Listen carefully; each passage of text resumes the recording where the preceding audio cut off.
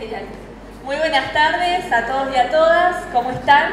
Yo soy Candu Estudiantsico, presidenta del Centro de Estudiantes de Psicología. Hola compas, ¿cómo va? Buenas tardes, yo soy Santi, compañero de cuarto año de la licenciatura de Psicología y soy de Asociación Libre de Bisagra. Ernesto, ¿cómo están? Soy de la comunidad. Bueno, apostando a nuestra formación académica siempre y una vez más, con las distintas organizaciones que organizamos, damos la bienvenida al primer Congreso de Psicología Clínica de nuestra facultad.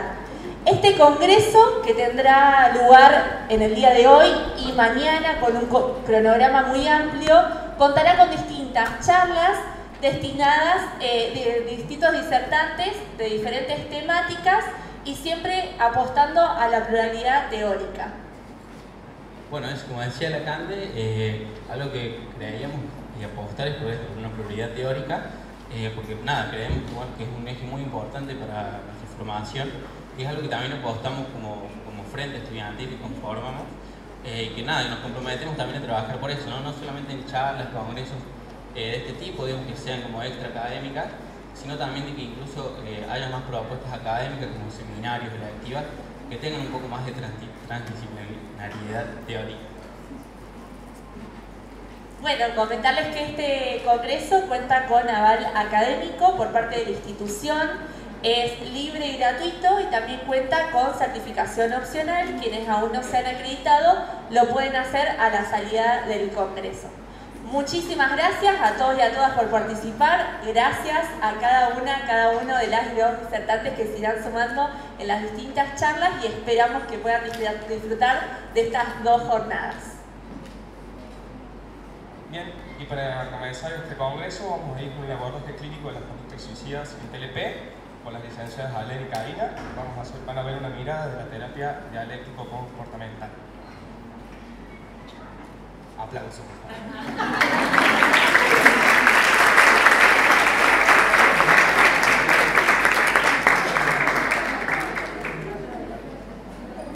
Bueno, ¿cómo están? Bienvenidos, bienvenidas. Mi nombre es Karina, soy licenciada en Psicología, graduada de esta facultad hace unos años ya. Estamos acá con Lem, o la negra, como quieran decirle. Nosotras somos terapeutas, somos psicólogas clínicas. Trabajamos en la Fundación Validar, quizás alguna lo conocen, es una fundación donde realizamos terapia dialéctico-comportamental, DBT por sus siglas en inglés. No solo somos un centro de atención, sino que también somos un centro de formación para el posgrado o cuando estén en los últimos años de la carrera, también los invitamos y les invitamos a que puedan venir a formarse con nosotros y con nosotras. Bueno, a ver, la idea de esta charla es conversar sobre las conductas suicidas, pero en primer lugar me gustaría agradecer a las compañeras, a los compañeros de las organizaciones estudiantiles. Cuando yo era estudiante, supongo que Lem comparte esto, no se daban mucho estas instancias de hablar sobre el suicidio, no teníamos esta formación en el grado. Y la verdad es que ya lo vamos a ir viendo a medida que desarrollemos la presentación, pero es una problemática que cada vez golpea más la puerta de nuestros consultorios, es una problemática que cada vez está siendo más compleja de abordar. Entonces, nada, celebrar como esta iniciativa que tuvieron las compañeras, los compañeros, este encuentro del Congreso de Psicología Clínica, donde van a ver diversas temáticas, pero sobre todo poder incluir esta temática para nosotras es algo súper importante y que además nos encanta poder venir a la facu y charlar de estas cosas porque suma verlo desde el grado hasta luego cuando ya somos profesionales poder sumarlo también en nuestra formación de posgrado. Y agradecerles a todos ustedes y a todas ustedes por estar acá. Ahora sí. Ok, bien. Como verán, el nombre de la charla hablaba un poco esto del TLP, que en realidad para nosotros es como medio, un lenguaje como muy cotidiano, y nos parecía que estaba bueno venir, conversar con ustedes y traer como qué es esto del TLP y de dónde también lo miramos en la terapia dialéctico-comportamental. No sé si les pasa, yo como que he estado viendo este último tiempo que el TLP es sí, un trastorno que cada vez está como más en auge, cada vez se conoce un poquito más. Hace mucho tiempo tenía como otras denominaciones, ahora si ustedes lo ven en el DSM-5, que es el manual de psicodiagnóstico que utilizamos para más o menos tener todos el mismo vocabulario o acuerdo entre los psiquiatras y los psicólogos, el DSM-5 nos habla del trastorno límite de la personalidad. Y ahí menciona una serie de ítems, vamos a ponerle este nombre, que se dan en las personas que reciben este diagnóstico del trastorno límite de la personalidad. Si ustedes más o menos ven acá, tenemos lo que va a venir a decir el DSM es que para diagnosticar a alguien con trastorno límite de la personalidad necesitamos que se cumplan 5 o más de esta lista, estos ítems que tenemos acá. Básicamente, a grandes rasgos, podemos hablar de personas donde sienten un miedo muy grande al abandono y hay como muchas conductas dedicadas y mucho esfuerzo puesto en que ese abandono no se produzca. A veces ese abandono es real, a veces ese abandono es imaginado. Podemos encontrar personas con patrones de relaciones interpersonales, de relaciones sociales, de relaciones íntimas, inestables o intensas. Alteración de la identidad, ya sea por la autoimagen o por esta sensación de no pertenencia a ningún lado. Impulsividad, comportamientos, intentos o amenazas suicidas recurrentes o comportamientos de automutilación, nos dice el DSM. Después ahí vamos a hacer una diferenciación.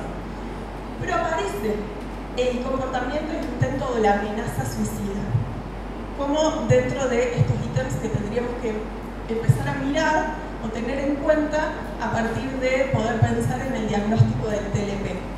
Bueno, luego nos habla de inestabilidad afectiva, ya sea por mucha ira o diferentes emociones que se desregulan en el trastorno límite, sentimiento crónico de vacío, ira y a veces aparece ideación paranoide o síntomas disociativos. Esto es lo que nos dice el DSM. Nosotros en DBT lo que hacemos es reorganizar todo esto en algo como un poco más simple, que no por eso es fácil y que no por eso es menos preocupante, pero sí más simple. Y lo que decimos es que el TLP es un desorden, ¿sí?, generalizado del sistema de regulación emocional. ¿Qué quiere decir esto? De cómo las personas aprendemos a regular nuestras propias emociones y qué habilidades ponemos en práctica para regular esas emociones.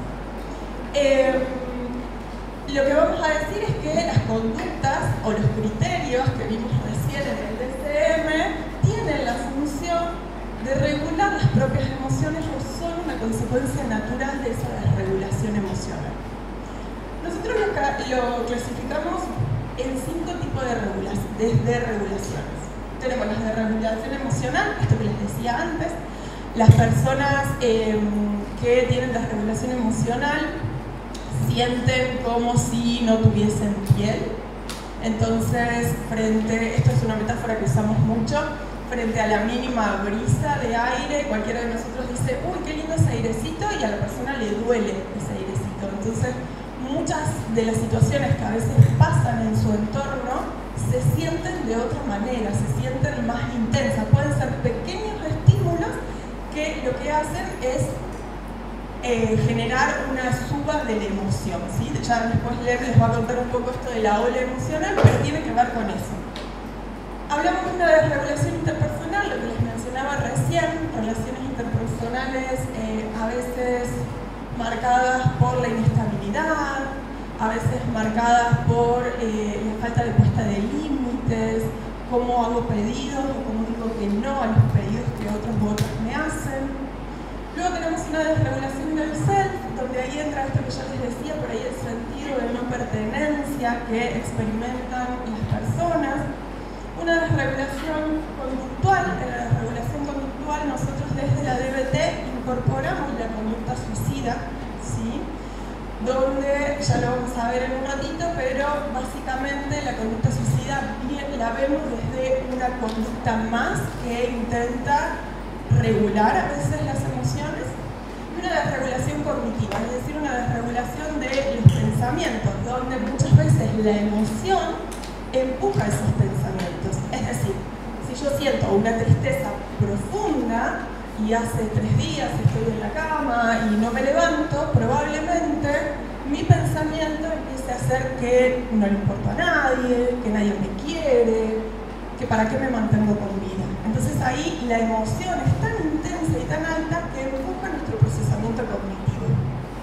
¿Me pasas la siguiente?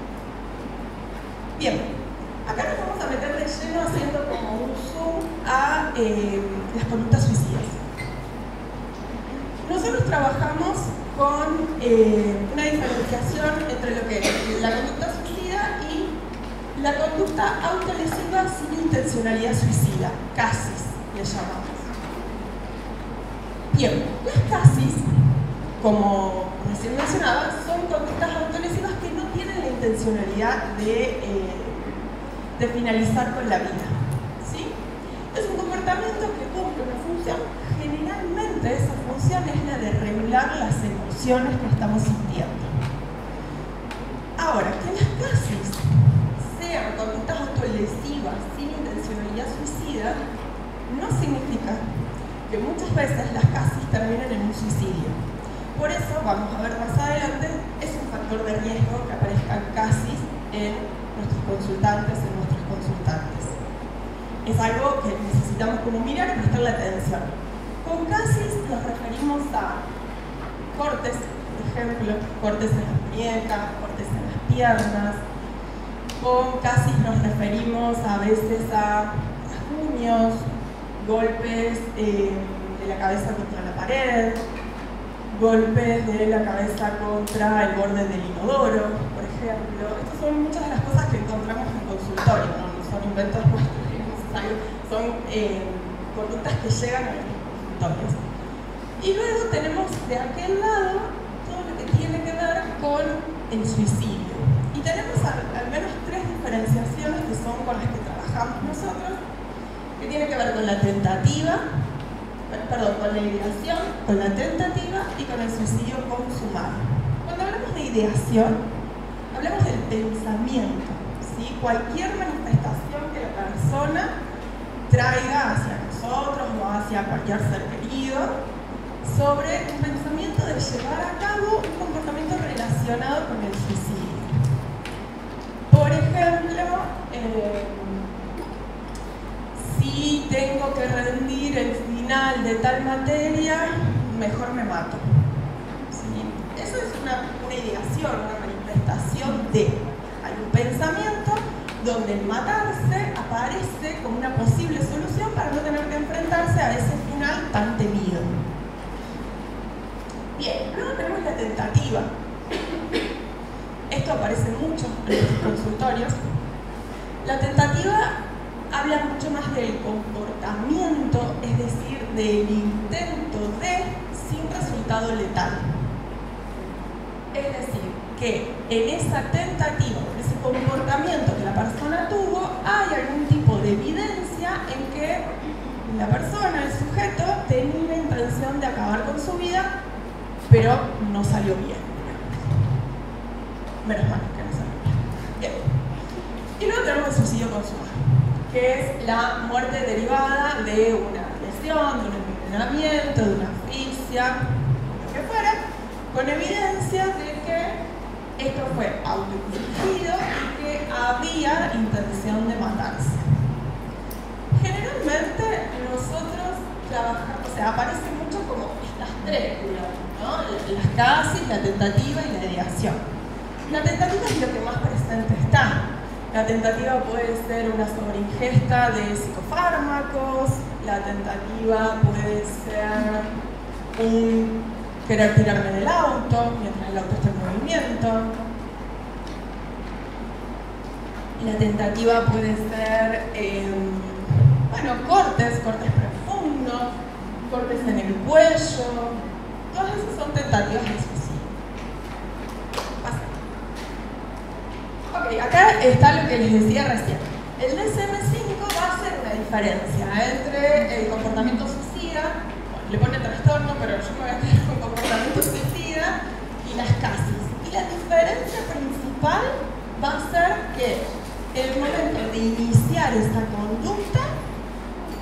lo que se espera en el comportamiento suicida es llevar a cabo la propia muerte. Y en las CASIS, lo que se busca tiene que ver más con regular algún tipo de emoción o resolver alguna dificultad que estoy teniendo en este momento. ¿Sí? Entonces ahí tenemos como la principal diferencia. No dejan de ser las CASIS una conducta problemática, ¿sí? A la cual tenemos que prestarle mucha atención.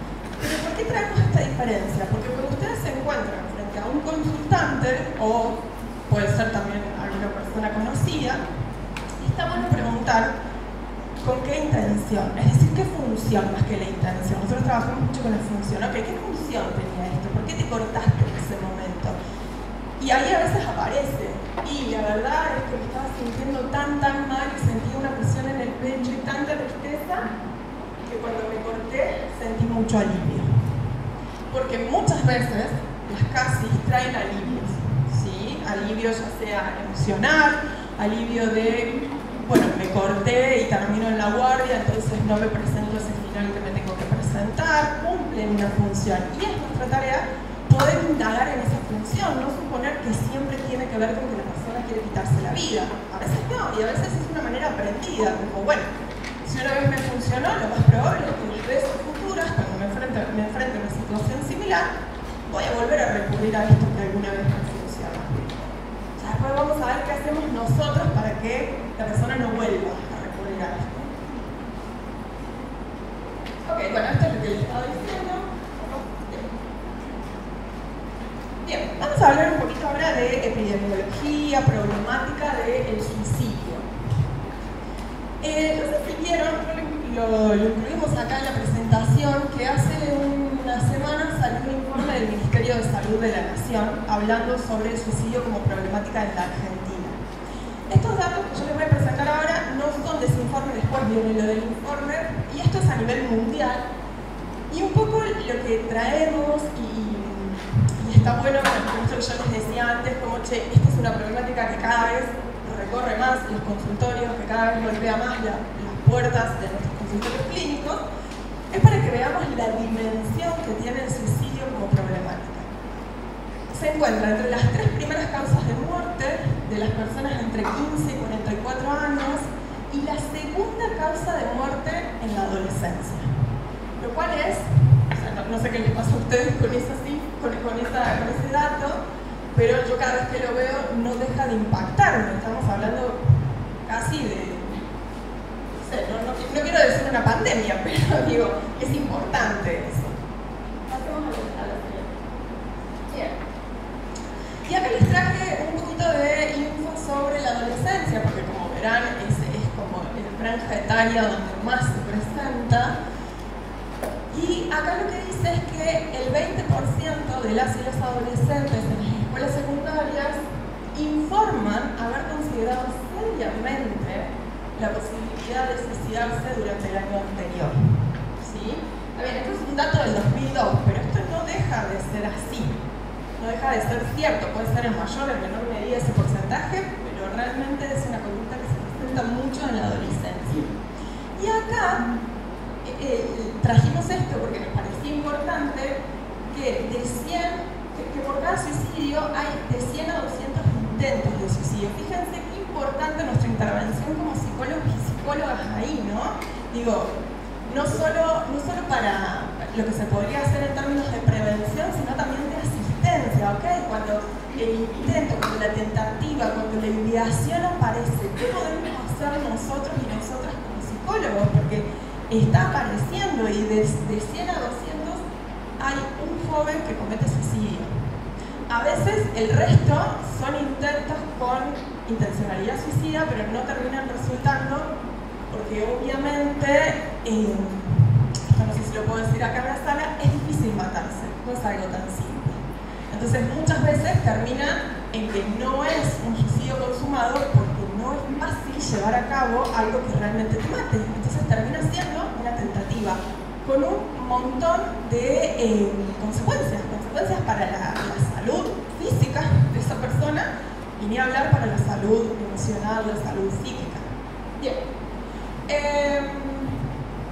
Y este dato que también es importante, que entre el 30 y el 50% de los adolescentes que intentan suicidarse vuelven a intentarlo, ya sea durante su adolescencia o en su vida adulta. Por eso también es importante acá qué hacemos nosotros como psicólogos, cuando recibimos un paciente, una consultante que en su historia de vida aparece el suicidio como una tentativa que ya tiene. Bien, acá están los números del informe del Ministerio de Salud. Ese fue el número de suicidios registrados, estamos hablando de registrados, en Argentina entre el 2010 y el 2019. 31.000, creo que no me lo sé de memoria. 31.847 personas en nuestro país se suicidaron entre el 2010 y el 2019.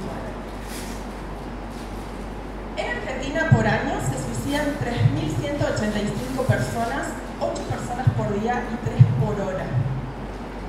Lo cual a mí me genera dolor de panza, digamos, y me desespera y me pone en acción, y por eso también elegí esta formación y trabajar de esto, porque creo que es un número al que es necesario prestarle mucha atención. Estamos hablando, ahora lo vamos a ver, pero de personas que están sufriendo y que cometen un suicidio como una forma de salir de ese sufrimiento. En su gran mayoría, y es un poco como la mirada que tenemos nosotros desde la DBT, ¿sí? No digo que todo el mundo que se suicide es por eso, pero en su gran mayoría, o al menos lo que llega a nuestro consultorio, tiene que ver con el sufrimiento. Ok, y acá tenemos la franja etaria más afectada, siendo en Argentina el suicidio la cuarta causa de muerte entre esas edades. Vamos a hablar de una adolescencia, juventud, si tuviéramos que ponerle como un nombre a esa franja etaria. Bueno, acá trajimos un poquito factores de riesgo, algo a tener en cuenta a la hora de estar sentados, sentadas con una persona enfrente, y cosas que tenemos que mirar. Trajimos, o sea, lo trajimos de los adolescentes, no porque esto sea una charla sobre suicidio en adolescencia, pero sí porque cuando uno empieza a mirar los números, es la franja etaria que más está afectada, y además, probablemente si todo esto se dio en algún momento de la adolescencia y esa persona ya llega de adulto o adulta a nosotros o a nosotras, es importante igual mirar esto, ¿sí? Ahí tenemos factores de riesgo más próximos, más proximales, que tienen que ver con eventos estresantes, con el abuso sexual o físico, dificultades académicas, discapacidad por alguna enfermedad física, suicidios en el medio social, es decir, amigos, amigas, conocidos, familiares, y la accesibilidad de los métodos letales. Por ejemplo, si la persona está con ideación suicida y tiene un arma en su casa, hay mucha accesibilidad al método, y es un método letal. Después tenemos los factores de riesgos distales, es decir, como de la historia de vida de esa persona, que tienen que ver con haber tenido conductas suicidas como antecedentes, tener algún tipo de padecimiento, depresión, ansiedad, abuso de sustancias, trastorno límite de la personalidad, comorbilidad con algún otro padecimiento y familia disfuncional. Bien, pasa. ¿Voy muy rápido o está bien? Está bien. Ok, gracias.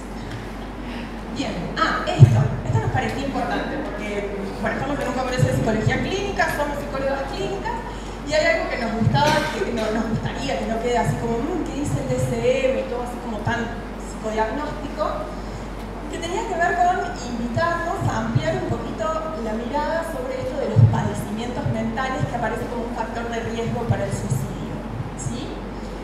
A ver, hay muchas personas que tienen un diagnóstico, que padecen algún tipo de padecimiento, de trastorno mental, que experimentan un dolor emocional muy fuerte, muy intenso, y no por eso deciden suicidarse. No es una condición que, bueno, si yo recibo un diagnóstico me voy a intentar suicidar, ¿sí? Y hay otras personas que piensan, que intentan o incluso que se suicidan y no necesariamente tienen un diagnóstico de algún tipo de padecimiento, ¿sí? Entonces nos gustaba como traer esta atención porque, bueno, seguro lo ven acá en la facu también, pero si en psicología no hay, son cosas que A entonces B igual a C. Digo, estamos como bastante lejos, entran un montón de variables a jugar y está bueno que cuando tenemos una persona enfrente en el consultorio no seamos reduccionistas en términos de, bueno, entonces si ya te diagnosticaron de esto, está cantado que te vas a suicidar, porque en realidad no es así. Las personas,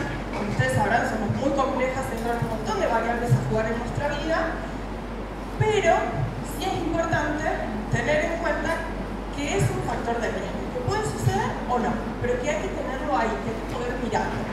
Entonces un poco la pregunta que traíamos tenía que ver con, ok, ¿qué información necesitamos para tener un marco integral a partir del cual podemos construir un programa de tratamiento que sea completo para esa persona, para ese individuo en particular que estamos teniendo enfrente? Y acá se mezcla un poquito lo que viene después, que tiene que ver que es importante que tratemos a la conducta suicida como un conjunto de respuestas aprendidas y que en algunos momentos probablemente fue reforzada, ya sea porque, no sé, hice una sobreingesta de psicofármacos, no me morí, pero en ese momento dejé de sentir la angustia que sentía, vino todos mis familiares, estuvieron conmigo en la clínica, después durante 3 meses me estuvieron acompañando un montón, algo que no hacían hace mucho tiempo. Entonces también la conducta suicida no solo es una respuesta aprendida frente al sufrimiento, sino que muchas veces es reforzada.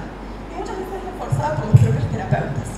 ¿Sí? Cuando tenemos un consultante, una consultante que está con ideación o que hizo algún intento, muchas veces los terapeutas estamos como más encima, nos preocupamos mucho más, bueno, entonces ahora te voy a ver más veces por semana.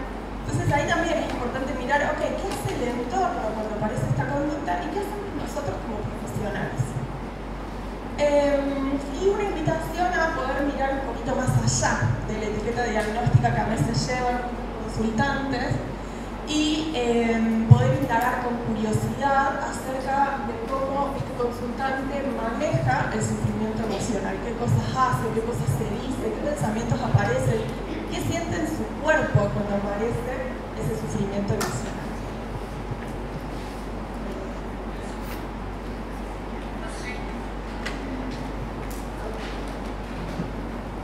Bueno, acá les traemos como una invitación a mirar el suicidio desde una visión contextual.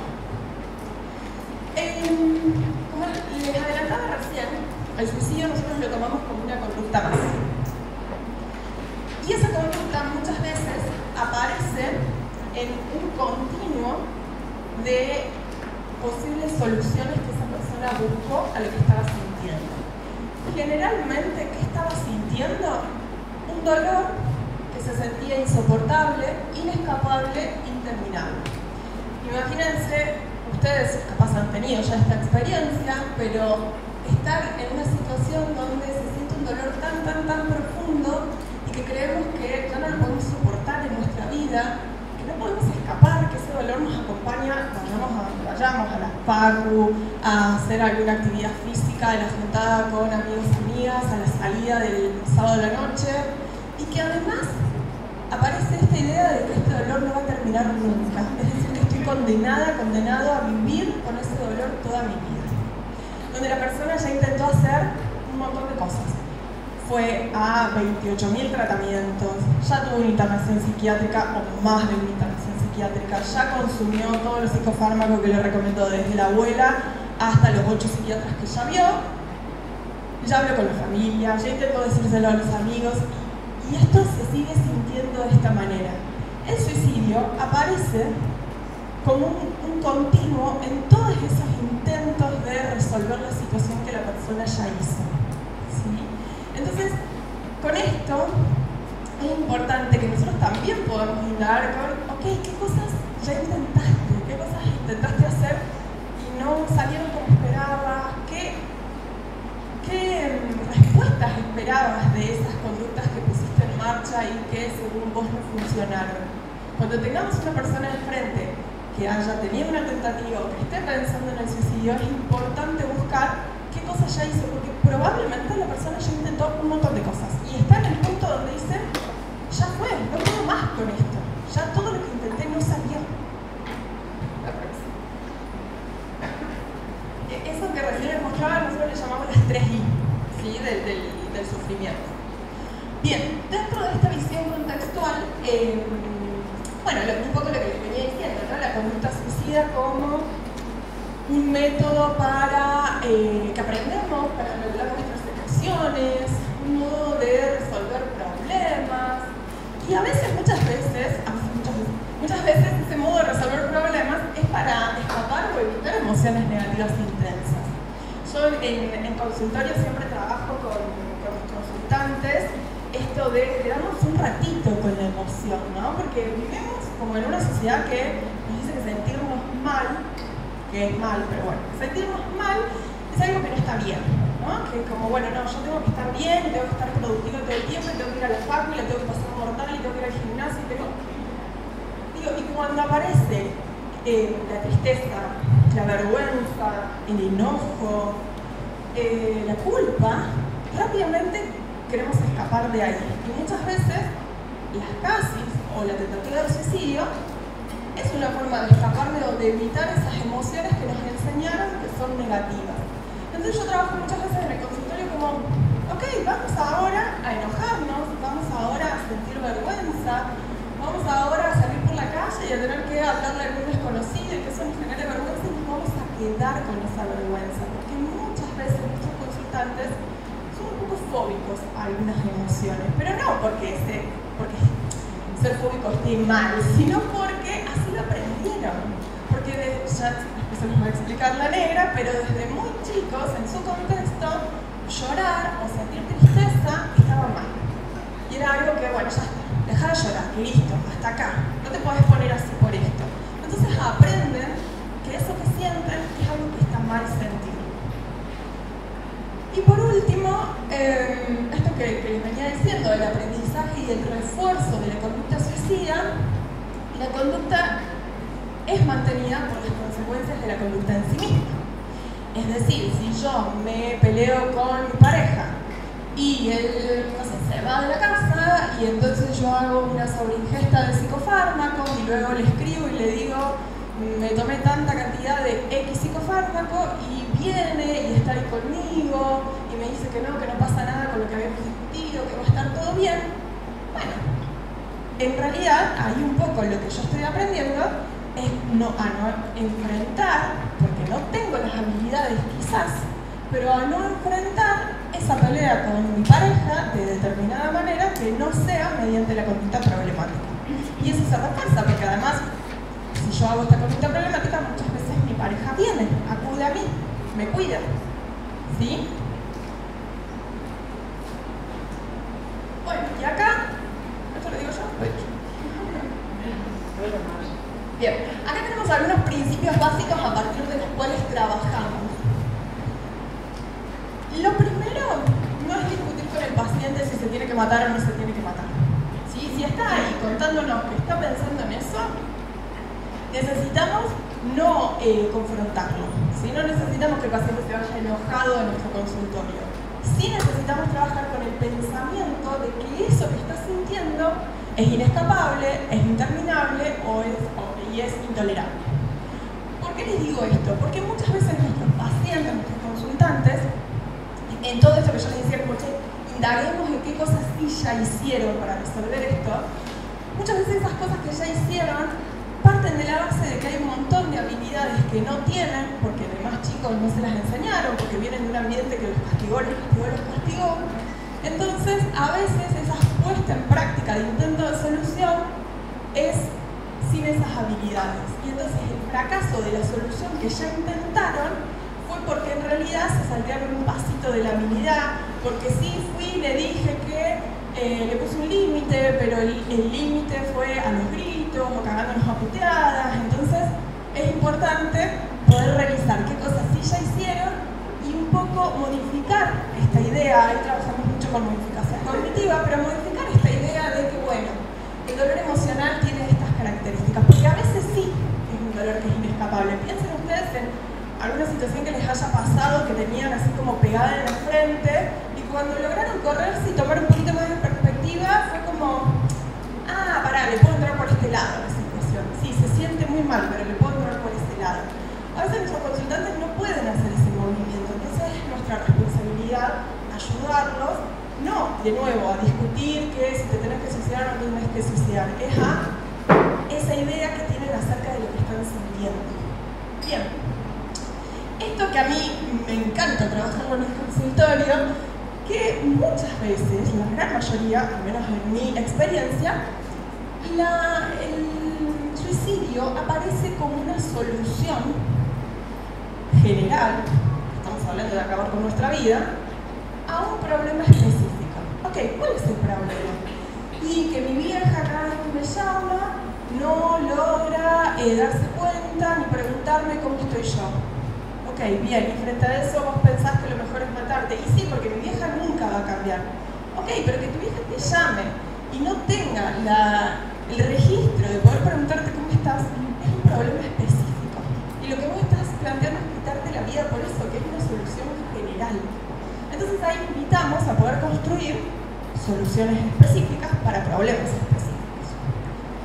Bien, esto que les venía diciendo, la idea o la tentativa suicida puede ser comprensible en la historia y en el contexto de ese sujeto que tenemos enfrente. Y esto de hablar abiertamente y honestamente en relación al suicidio, evitando como comentarios peyorativos de los que se suicidan son todos unos cagones, o explicaciones simplistas de sí, como te diagnosticaron tal cosa, entonces te querés suicidar, haciéndole lugar a lo complejo que es. Y teniendo siempre la premisa de que la persona que está enfrente, generalmente con la idea de matarse, es una persona que está sufriendo, ¿sí? Y que ya probablemente intentó un montón de cosas. Entonces, nosotros en sesión, todas las sesiones, preguntamos si nuestros consultantes están con ideación suicida o no, si lo pensaron en la última semana o no, y en función de eso luego, si la respuesta es sí, que en ese momento están con ideación suicida, bueno, se arma todo un protocolo que en alguna otra charla les contaremos, porque hoy no lo trajimos, porque era mucho material, pero en alguna otra charla les contaremos cuál es el protocolo a través del cual abordamos la ideación suicida en consultorio, o a veces está no solo la ideación, sino el plan, como sí, lo estoy pensando y ya sé cómo lo voy a hacer, porque ahí nos tenemos que poner a trabajar rápidamente. Bien, esto que les decía al principio, no necesitamos discutir ni querer convencer a los pacientes acerca de su idea de suicidio, sino que lo que vamos a hacer es trabajar de forma colaborativa, ¿sí? Vamos a intentar acompañar, y teniendo esta premisa de que generalmente es frente a un dolor emocional con las características que les mencioné, vamos a intentar acompañar y ayudar a que eso se resuelva, o al menos a que podamos atravesar ese dolor que está sintiendo, porque a veces ese dolor es un duelo, por ejemplo, y ahí, bueno, no hay tanto que resolver, es más atravesar el dolor que me está produciendo este duelo. Ok, ofrecer atención y cuidado, que no sea contingente a la conducta suicida, ¿sí? Como, bueno, como vos me contaste que habías pensado esto en la semana, yo todos los días te escribo un mensajito, porque muchas veces eso tiene que ver más con el miedo del terapeuta, como más regulado desde ahí la conducta, pero sí mantener un contacto frecuente, amable, no solo en las situaciones de riesgo. Quienes trabajamos en DBT, ya lo vamos a ver como en la presentación, pero no solo tenemos algo que es la llamada telefónica con nuestros pacientes cuando están en crisis, sino que realmente desarrollamos un vínculo con nuestros pacientes. Entonces a veces nos llaman para contarnos, che, no sabes, aprobé el examen que tanto me estaba costando. A veces nos peleamos en sesión y después nos llamamos para pedirnos disculpas como, che, sí, estaba un poco intolerante, discúlpame. Entonces sí tenemos una relación y un contacto que es frecuente con nuestros pacientes. Y esto, que es lo más importante, que es lo que les mencionaba un poquito por arriba, de poder identificar los déficits de habilidades que a veces traen nuestros consultantes, ¿sí? Como a veces el déficit de habilidad es que, por ejemplo, se manejaron de manera impulsiva, entonces la posibilidad de que puedan hacer una pausa, de que puedan observar lo que estaban pensando, de que puedan observar lo que les generó ese comentario de la mamá, y ok, te generó algo acá en la panza, ¿qué podemos hacer con eso? A veces tiene que ver con estaba en crisis y entonces ahí enseñamos habilidades más que tienen que ver con tolerar el malestar de ese momento, porque las crisis no se viven de una manera como muy linda que digamos. Entonces enseñamos algunas habilidades para atravesar ese momento de crisis. Y siempre trabajamos con el análisis funcional de la conducta, que en DBT en particular es el análisis en cadena.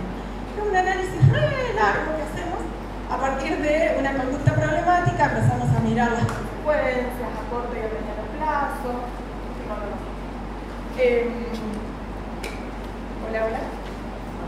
Hola. Empezamos a mirar las consecuencias a corto y a mediano plazo, vemos los antecedentes, vemos los factores de vulnerabilidad. ¿Qué había pasado ese día? ¿O qué pasó esa noche? Y esa noche me olvidé la medicación y la verdad es que no dormí bien. Eso hizo que quizás entonces el comentario de tu compañero de trabajo pudiera hacer que te sintieras de esta manera. Sí, capaz que sí. Bien. Es un análisis bastante largo, pero que lo que nos permite es tener una hipótesis de qué función cumplió esa conducta problemática en ese momento determinado, en esa persona determinada. ¿Sí? Bien. Hola. ¿Ya? Hay un montón de conceptos que nosotros lo estamos como pasando rápido, implicarían como un montón de charlas. ¿Sí? Entonces, bueno, organizar otro congreso. Claro. Ya se viene la parte 2. Nada, me parece que también estaría bueno que puedan quedarse como con alguna curiosidad y que puedan como investigar sobre ciertas cosas. Decidimos como profundizar sobre algunas cuestiones antes de querer presentar como todo rápido, ¿sí? La DBT es un modelo que se enmarca dentro de lo que son las terapias conductuales contextuales o las de tercera ola. Y es creada por Marcia Linehan a fines de los años 70. ¿Sí? Está bueno que anoten el nombre porque Marcia tiene una historia como muy interesante. Ella fue una paciente con diagnosticada con TLP, está viva y tiene la marca de las autolesiones en los brazos aún. De hecho sacó un libro con su biografía y ella plantea como un poco esto de que ella estaba viviendo un infierno y que iba a salir de ahí e iba a crear un modelo para poder sacar a los que estaban viviendo ese infierno, y desde ahí nace el modelo. Entonces, lo crea alguien que ha vivido como en esas pieles también, lo cual le da como un montón de sentido. Marcia comenzó trabajando inicialmente con mujeres con CASIS, que algunas cumplían el criterio de TLP y otras no. Antes del desarrollo de DBT no existía otro modelo que tuviera evidencia para lo que son la regulación emocional, las conductas suicidas o pacientes diagnosticados con TLP. Con lo cual, estos consultantes realizaban como diversos tratamientos que no eran como muy efectivos y aumentó un montón la desesperanza en ellos mismos y en las mismas familias. Esto es algo importante porque es algo que hasta hoy sucede, digamos. Si hoy sigue sucediendo, imagínense lo que sucedería antes del desarrollo de este modelo, ¿sí? Desde este momento hasta la actualidad se han realizado más de 20 estudios que demuestran que DBT tiene eficacia en lo que es conducta suicida y trastorno límite de personalidad, en lo que son trastornos de conducta alimentaria, lo que es trastorno por atracón y bulimia, para lo que es anorexia, lo que tiene efectividad es PRO-DBT, que es más orientado sobre regulación que desregulación, depresión en ancianos, abuso de sustancias, y la combinación de DBT más exposición prolongada es efectiva para lo que es trastorno de estrés postraumático. Ok, para Marcia, todos los criterios que se explican para poder diagnosticar TLP pueden explicarse a través de la idea de la desregulación emocional, ¿sí? Entonces, para esto surge la teoría bisocial. La teoría bisocial surge en la necesidad de poder explicar como la etiología de la desregulación emocional, es decir, de dónde viene, ¿sí? Entonces, lo que plantea es que la desregulación emocional es la combinación y la transacción a través del tiempo de un componente más biológico y un componente más social, ¿sí? El componente biológico vendría a ser la vulnerabilidad biológica, que es una disfunción en el sistema de regulación emocional, ¿sí? ¿Qué significa esto? Que los pacientes que tienen vulnerabilidad biológica tienen lo que se le llama como el trío de la vulnerabilidad, que es un bajo umbral a los estímulos, una alta sensibilidad a los estímulos, una alta reactividad emocional y un lento retorno a la calma. ¿Qué significa esto? Hay que pensar que la alta sensibilidad tiene que ver con que tengan como un umbral más bajo a los estímulos y que muchas veces los desencadenantes de conductas problemas son estímulos que quizás para otra persona pueden pasar como desapercibidos. Por eso también son consultantes que se exponen un montón a la invalidación, ¿sí? Esto puede ser como me levanté una mañana después de no haber dormido en casi toda la noche y después de estar 14 horas ayunando, una vulnerabilidad importante, y me hago unas tostadas y se me queman. Y veo las tostadas quemadas y eso puede significar que no sirvo para nada y que escale muy rápido mi emoción y que tarde como un montón en poder volver a la línea de base, ¿sí? Alta sensibilidad en los estímulos, un umbral bajo, alta reactividad, la emoción se dispara muy rápido y un lento retorno a la calma, ¿sí? Lo que suele suceder con estos pacientes es que utilizan las casis o las conductas problemas como una forma de regular la alta sensibilidad, ¿sí? Para ahí lo que nos pasa a nosotros, en realidad lo que utilizamos como una herramienta de evaluación son las escalas SUD, que significan escala de evaluación subjetiva, que nos ayuda a poder puntuar la intensidad de la emoción. Y esto es algo que parece como sencillo, es algo sumamente importante porque cuando preguntás, en general la emoción se dispara muy rápido, como arrancamos un 8, como ¿y qué sentiste? Enojo, del 1 al 10, ¿cuán enojada estabas? Un 8.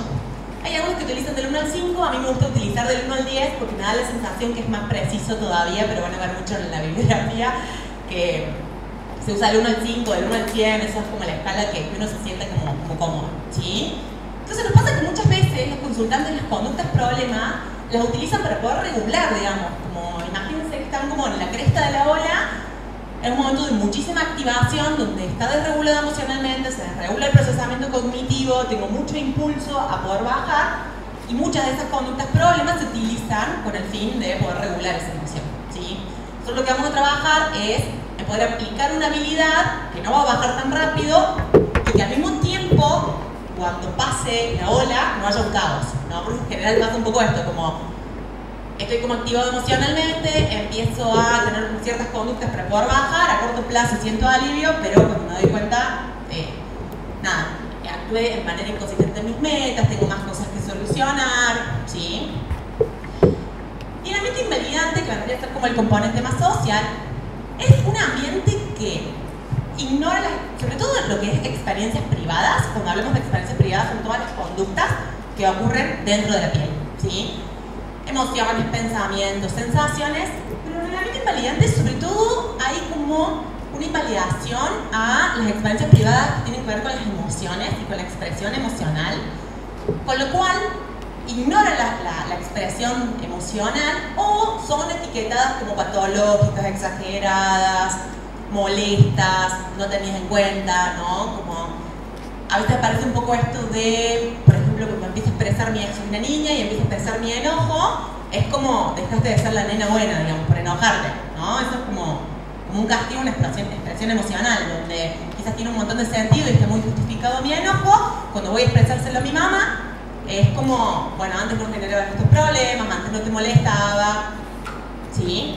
Con la manipulación, ¿qué manipuladora que sos? El refuerzo intermitentemente de la escala de expresión emocional tiene que ver con un contexto que, cuando voy de manera asertiva, digo, siento una emoción que está justificada en la emoción y en la intensidad, ¿sí? Y voy y la expreso de manera asertiva y mi mamá, por ejemplo, no me presta mucha atención o la etiqueta como problemática. Si frente a todo eso, yo, cuando sucede la misma situación, ¿sí? Hay un ejemplo que siempre lo comparto que es, se va mi papá al kiosco con mi hermana, tengo 5 años, y mi papá se va al kiosco con mi hermana, y cuando vuelven del kiosco, mi hermana vuelve con una tira de fish. Yo cuando pregunto dónde está la mía, me dicen que no, que me compraron a mi hermana y a mí no. Entonces en ese momento yo me enojo y pienso que es muy injusto, porque cada vez que yo voy al kiosco y le pido algo a mis viejos, me hacen llevarle algo a mi hermana. Es como, bueno, saca 2, llévale una para tu hermana. Entonces pienso que es injusto porque cuando yo pido algo tengo que llevarle a mi hermana y tengo que pensar, y cuando ella fue con mi papá, le compró a ella y a mí no. Entonces frente a eso, estoy enojada, me siento triste, lloro, le voy a compartir eso a mi mamá y mi mamá puede estar como trabajando en esto de, bueno, no, como estoy trabajando, no tengo tiempo para esto en este momento, no es para tanto, solo una tira de ficha, ¿sí? Ahí tenemos como la parte de etiquetar las experiencias privadas, la expresión emocional como algo problemático, patológico, no válido, ¿sí? Si frente a eso yo empiezo a romper cosas, empiezo a gritar, empiezo a insultar, puede que mis viejos dejen de hacer todo lo que están haciendo y vengan y se sienten conmigo y me escuchen, me validen, como bueno, sí, esto no es justo, cuando vos vas al kiosco lo compramos. Sí, estamos hablando de un contexto que castiga conductas habilidosas y refuerza conductas problemas, ¿sí? En la misma escala emocional hace que por ahí los padres sientan miedo, ¿sí? Entonces frente a todo eso puedan como prestar la atención, con lo cual empezamos a prestar atención frente a una conducta que no está buena, y ahí tiene un poco que ver con conductas que históricamente han sido reforzadas, como toda conducta que esté desde el conductismo es porque ha funcionado en algún momento para algo, ¿sí? Entonces, esto de chequear un poco la historia de aprendizaje también nos ayuda a entender cuál es la historia y por qué esa conducta se mantiene, ¿sí? Y la sobresimplificación de la resolución de problemas podría ser en esto de, bueno, no te preocupes, yo te doy plata, mañana en el cole te compras unos fish, ¿sí? Cuando en realidad no tiene que ver solamente con los caramelos, sino que tiene que ver con una sensación de no ser tenido en cuenta y la sensación de esto es injusto, ¿sí? Ok. El trabajo con consultantes con desregulación emocional es difícil, ¿sí? Marshall, cuando crea el modelo, crea 3 tipos de supuestos que vendrían a ser como unas guías que nos orientan en el tratamiento, ¿sí? Hay supuestos sobre los consultantes, supuestos sobre los terapeutas y supuestos sobre el tratamiento, ¿sí? Nosotros trajimos solamente algunos seleccionados en relación a los consultantes.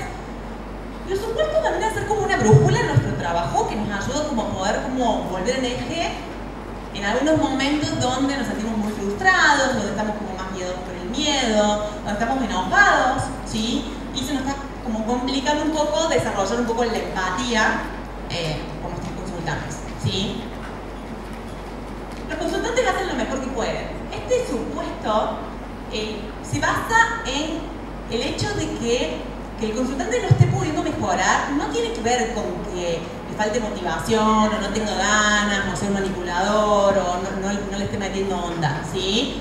Tenemos que buscar y hacer una buena evaluación, digamos, en esa situación de qué es lo que está pasando y siempre pararnos desde este lugar, como aunque el tratamiento sentamos que no está avanzando, aunque estemos trabajando toda la semana, toda la sesión para poder lograr disminuir una conducta en una situación particular y eso no esté sucediendo, eso no quiere decir que los consultantes no se estén esforzando para poder lograrlo, ¿sí? Es un supuesto que también se vincula con el segundo, que es los consultantes quieren mejorar.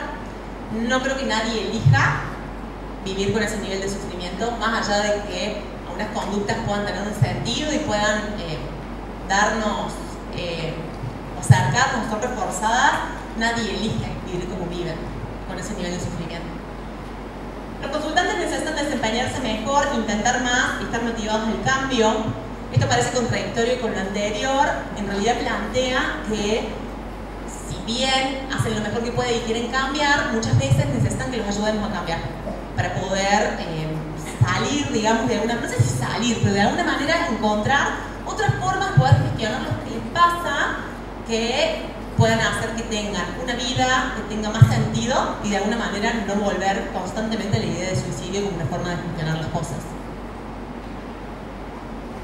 Los consultantes pueden no haber causado todos sus problemas, pero sin duda los tienen que resolver ellos mismos. Esto parece mucho con esta cuestión de su historia. Nosotros no vamos a juzgar a sus padres o a su contexto, entendemos que se hace lo mejor que se puede, aunque a veces eso no sea como lo más efectivo, ¿sí? Y al mismo tiempo los consultantes o nosotros mismos no elegimos como la historia que nos tocó y al mismo tiempo tenemos que ser responsables, digamos, de eso, ¿sí? Entonces, no siempre elegimos lo que nos pasa o lo que nos toca y al mismo tiempo tenemos que bueno, esa es mi historia, ese fue mi contexto, yo viví esta invalidación, hoy me genera esto y tenemos que trabajar con eso, como una forma de aceptación también. La vida de consultante con desregulación emocional es insoportable, esto es lo que decía Cari. Los consultantes deben aprender conductas nuevas en todos los contextos relevantes. Esto tiene un poco que ver con que gran parte de lo que sucede con el ambiente invalidante es que no les enseñan a los consultantes como habilidades de regulación emocional, digamos. ¿Sí? Como en esto de aprender a expresar cómo me siento, aprender a hacer un pedido de manera efectiva, ¿no? Si frente a todo eso existe como un castigo o una omisión por falta de atención, nos encontramos con consultantes que son grandes y que no saben cómo gestionar algunas cosas. Nos pasó con una consultante del equipo que dejó dentro del grupo de WhatsApp para cuando realizan el grupo de entrenamiento en habilidades, que ya vamos a ir a eso, pero están en un grupo de WhatsApp, el consultante abandonó el grupo, ¿no? La terapeuta individual no sabía, o sea, la única información es que los coordinadores le dicen, che, tal, salió del grupo. Entonces también esto de poder pensar como, bueno, como qué habilidades tiene, qué contexto tenía en su historia donde ella podía como socializar y entender cómo tiene que irse un grupo, digamos, ¿no? Cosas que a veces damos por sentado que son básicas y no lo son. Frente a todo eso es súper importante como volver a esto, poder como compartirle cuáles son las consecuencias de que se haya ido de esta manera a nivel interpersonal, poder volver y poder aplicar una habilidad en ese momento, ¿no? Como, bueno, ahora tenemos que trabajar para que vos puedas hablar con los coordinadores del grupo, explicarles lo que pasó, como reparar de alguna manera, ¿sí? Entonces, muchas de estas situaciones que nos van sucediendo en la misma terapia en la vida cotidiana son las que nos ayudan a poder frenar e ir trabajando ahí para poder entrenar la habilidad, digamos, ¿sí? Y los consultantes que fallan en terapia, que es el tratamiento que dice que si la ciencia, la psicología y la psiquiatría no haya desarrollado todavía un tratamiento que sirva para todos los consultantes, no significa que sea el consultante el que falla. Puede fallar el tratamiento, puede fallar la ciencia, puede fallar el terapeuta, pero no falla el paciente. Ok, funciones del tratamiento DBT. Para que un tratamiento pueda llamarse DBT, tiene que cumplir estas 5 funciones, ¿sí? 1. Aumentar las capacidades, que vendrían a ser las habilidades, y volvemos un poco a esto. Estamos pensando en consultantes con un déficit de habilidades, ¿sí? Por este mismo, por la misma regulación emocional, ¿sí? Por su misma historia, tienen que aprender habilidades nuevas, tienen que mejorar la motivación, y acá es algo importante. Es muy difícil que nos encontremos con consultantes que no hayan realizado tratamiento antes. Es muy difícil. En general encontramos pacientes que han realizado un mínimo de 5 tratamientos con psicólogos y con psiquiatras, 2 o 3 internaciones, ¿sí?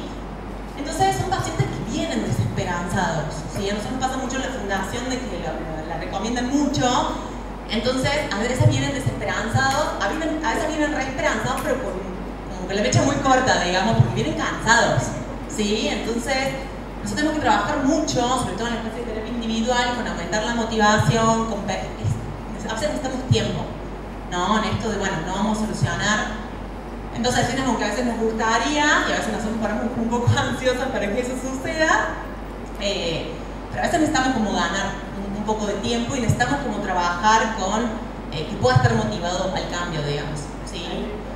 Asegurar la generalización tiene un poco que ver con las habilidades que aprendemos dentro del tratamiento, poder empezar a generalizarlas afuera, ¿sí? Como vamos a empezar a trabajar con el propio tratamiento, donde, bueno, vamos a hablar con los coordinadores del grupo para que puedas expresar esto que te querés ir del grupo, por ejemplo, y después eso tenemos que llevarlo a una conversación con una amiga, ¿sí? Como es súper importante que las habilidades se generalicen, porque si no vamos a encontrarnos con consultantes que tienen muchas habilidades para con nosotros, pero el mundo no es tan seguro afuera, ¿sí? Entonces tenemos que estar con ellos, tenemos que trabajar y tenemos que prepararlos, porque muchas veces trabajamos con consultantes para que tengan cierta conducta y decimos que le cuesta un montón y que está laburando y que se expone, y a veces esa conducta es castigada afuera, ¿sí?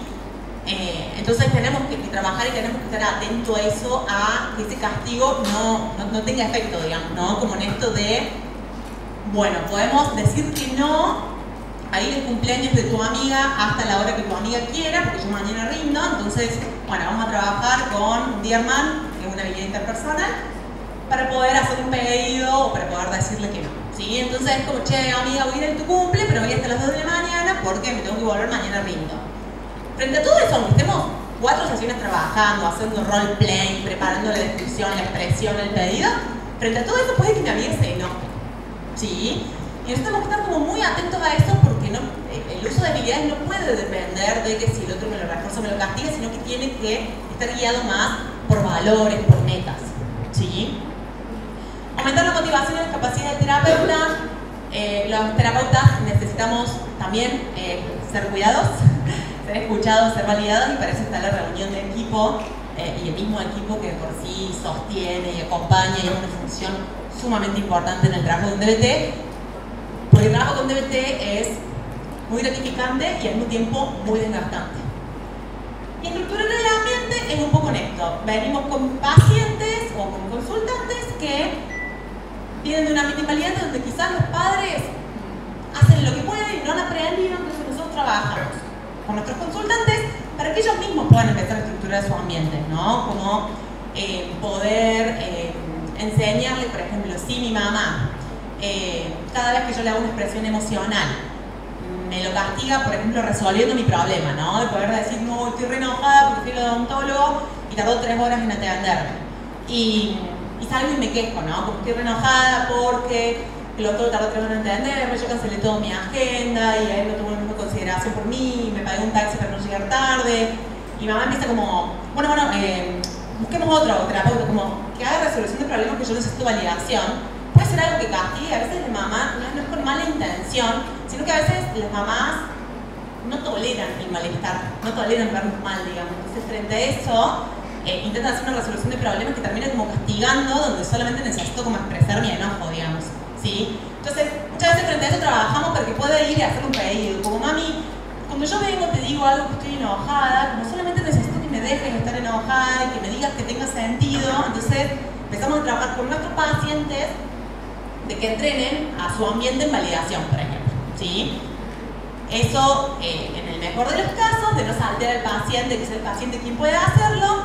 También es cierto que muchas veces la familia viene a nuestro consultorio y hacemos sesiones de orientación familiar, y por ejemplo, en el tratamiento con teens, que vendrían a ser adolescentes, DBT teens, los padres hacen el grupo de habilidades junto con los niños.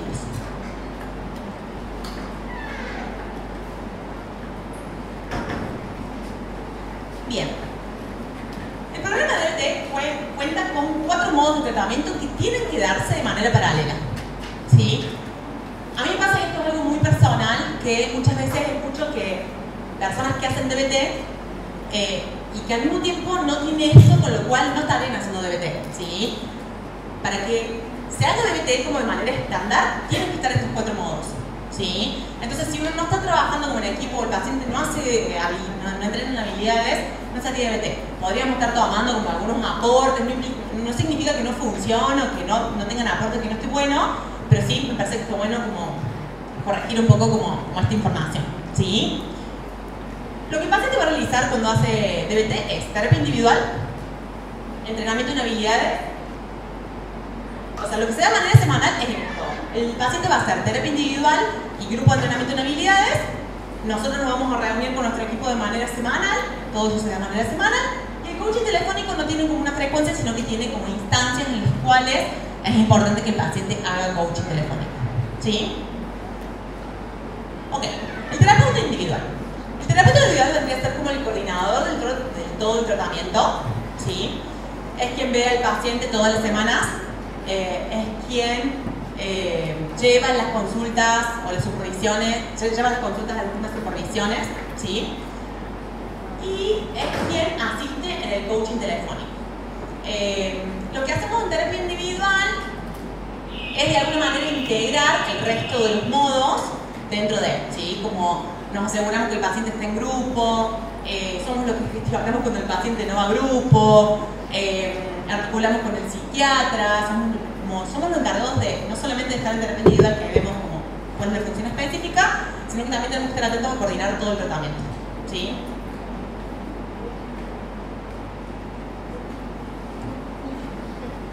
Ok, dentro de lo que es terapia individual, el tratamiento tiene etapas, ¿sí?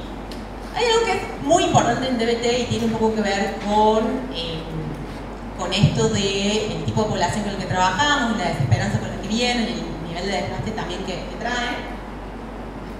¿Qué es el pretratamiento?